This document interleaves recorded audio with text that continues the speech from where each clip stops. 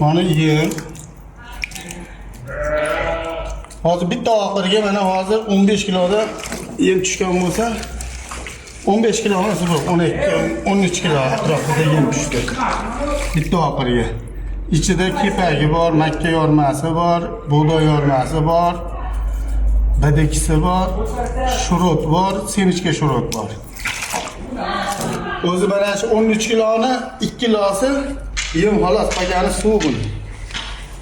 Qolgani suv. Shuna qilib ozonda bir marta, kech paytda bir marta beramizda orqasidan 2 safar eksperimentimiz bo'ldi. Hozir ham yoyib ko'rsataman.